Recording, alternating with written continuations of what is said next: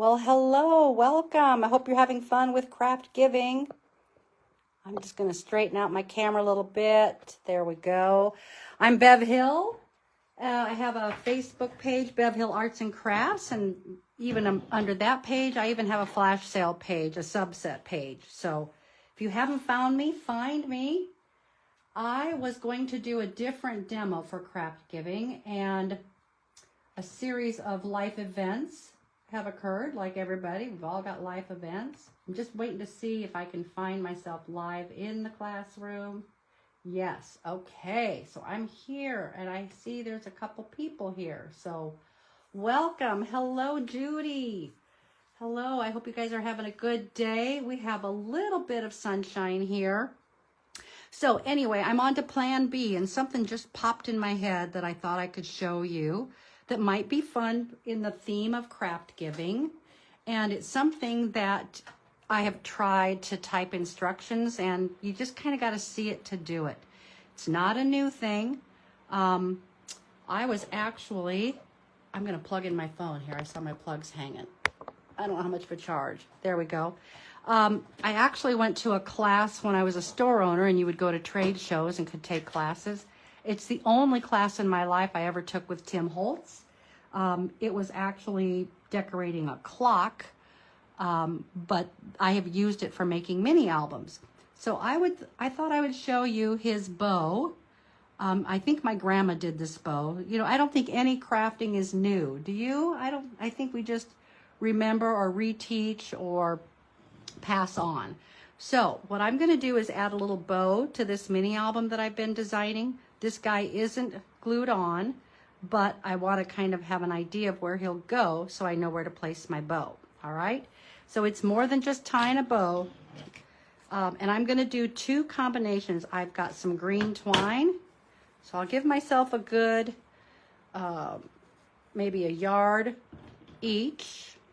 So I'm just going to cut, and I've got, because this ribbon isn't just quite vavoom enough for me for my album, but there's nothing wrong with it. So the first thing I'm going to do is wrap these two kind of around each other a little bit. So nothing fancy. Just going to have them be wrapped around each other a little bit. And now I'm going to go underneath my album, bring it underneath, and I'm going to tie them. All right, because we need a foundation for this next piece that I'm going to do.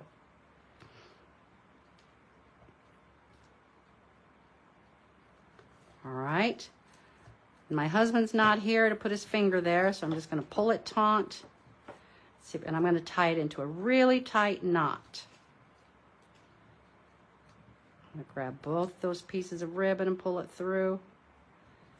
And you can tie them both separately if you want. If you've got two pieces, you can. This that I'm going to show you, you can do with just one piece. But I just wanted a little bit of shimmer and ribbon, and I'm making this little kind of a plainer ribbon go a little further. So all I've done is tie it in a knot. So now we need a nice long piece of both of these ribbons. Okay. So I've got them both together, and I'm going to wrap them around my finger. So I'm kind of holding on here, and I'm going to wrap. Whoops, come here, twine. I'm probably being a little too fancy for a demo. But I've got them around 4 fingers here, and I'm stretched out just a little bit maybe. I'm just going to wrap and wrap. So I started with probably a yard. Look at my twine's a little longer, so I'm just going to snip it. Okay. So here's my piece. I'm going to grab it in the middle, get my finger out of there, just like that. So I've got this little spool, but I'm going to lay it, and I'm just going to tie with one piece first, and I'll come back and tie again with my other piece. So I've just wrapped it around my fingers, and I'm going to tie it in the middle. Nice and tight. Okay, I'll go ahead and tie my twine as well. So now I've got this little piece. It's been knotted. This twine can sometimes undo itself, so I'm going to knot that twine. That's just what I'm fighting with how this is made. But it gives it a little bit of glimmer. Now that's pretty all by itself, don't you think? Just that kind of a bunch of ribbon there. But here's what you do with it then. First I'm going to trim these so they're not getting in your way of seeing.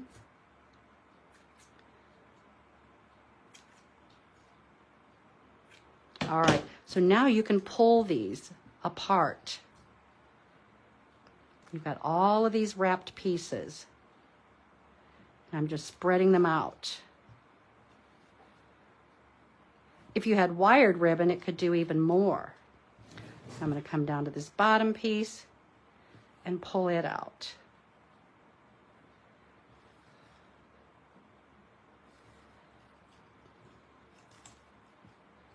So isn't that a pretty little bow?